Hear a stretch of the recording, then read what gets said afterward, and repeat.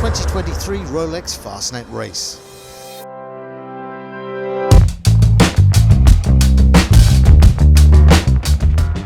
.94 boats in RC. You know, there's a huge range of boats in this class.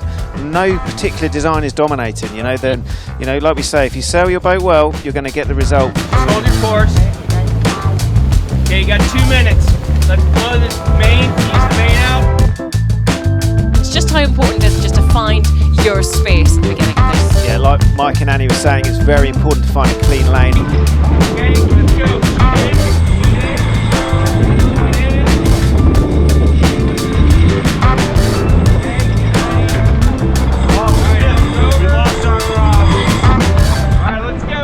At the moment the line is clear, coming up to 30 seconds.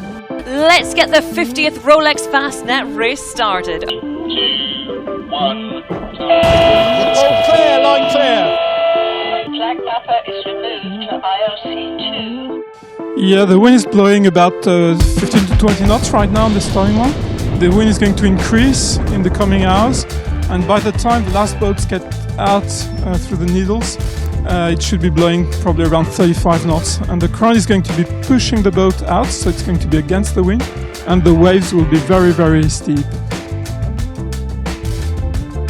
Maybe even getting up on their foils a little bit because they've suddenly extended away. Another guy right behind you. You can take the next guy. Go, come on up. Well, it's as we thought, everyone really trying to get away on port. We want to get yourself up the Solent and clear of the traffic. Zulu had a lovely start on the island shore. You can see them sheeting on. They're heavily reefed, they're 2 reefs. They'll be able to carry on that board for maybe another mile, and then they will have to tack because there's shallow water in there and they won't be wanting to do any damage. So the tack onto starboard will see them sail directly across the Solent, and they'll have to do another long board tack.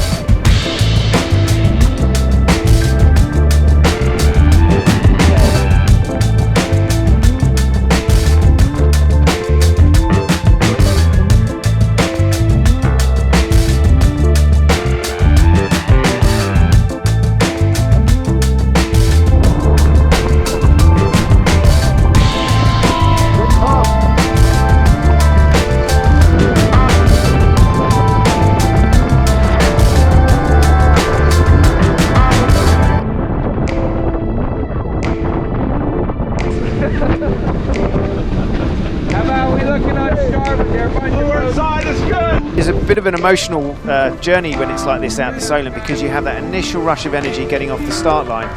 Then you get into kind of mid-Solent, and then what's looming on the back of your mind is, right, we're going through the funnel, the bottleneck of Hurst, and that's when you're really compressing all the water that's trying to escape out the Solent down to this funnel, and then you've got all the wind that's pumping in against you, and that's just basically the wind's hitting the waves and it's kicking up these huge waves, and you can see those. We've got 20 knots just off the squadron here, but they know that within a few minutes they're going to be getting up to 20 to 25, possibly 30 knots as we head up the western side.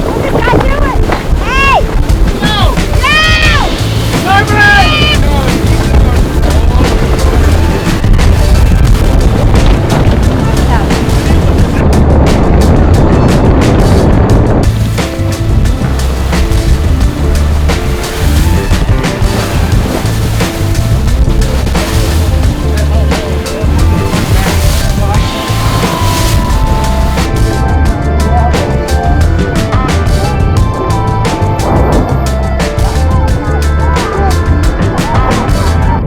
It's the big race. It's the one race that you want to do just to prove to yourself that you've got the ability to do it, to measure yourself against everyone else. It's a crusade. It's a pageant. It's like a siren call. It just draws us back.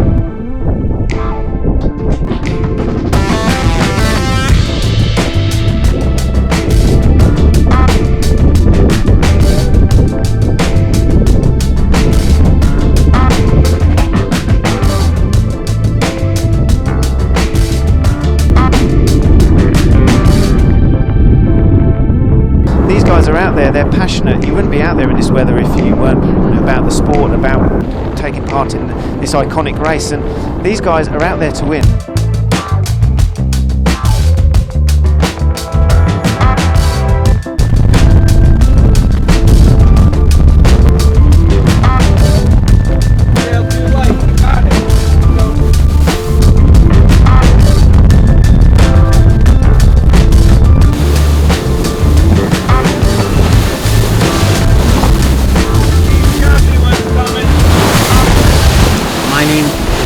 Kanev. I'm the master of momentum. The Fastnet race has been on my mind since I first learned of it in 1979. The hardest part of the race was putting together all the equipment and crew. Fortunately, 5 of crew members from previous Bermuda races were more than able to participate, and we had Momentum's greatest crew ever.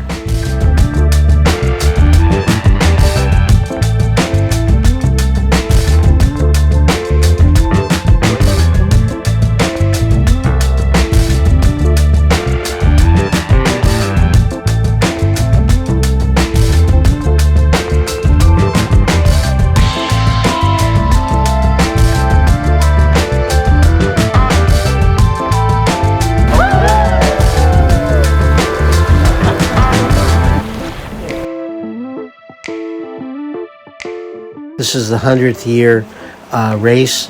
The boat was here. It's an opportunity to enter and participate in one of the great offshore races. The race completion for all of the crew brings us an immense sense of accomplishment of finishing a hard-fought race against sea and wind and weather, especially when over 125 yachts withdrew from the race, unable to handle the conditions, and many with damage.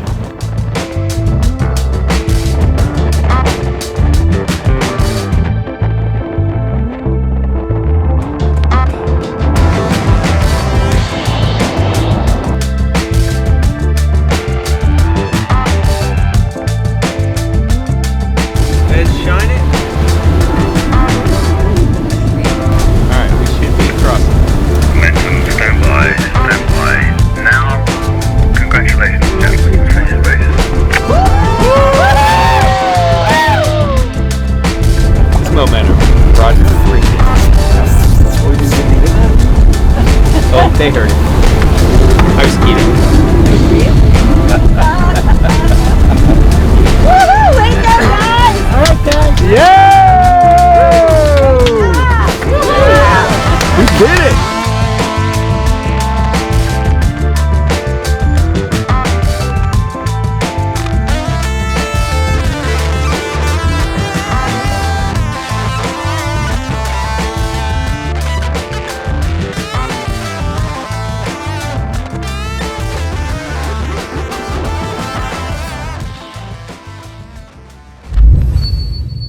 The Rolex Fastnet Race.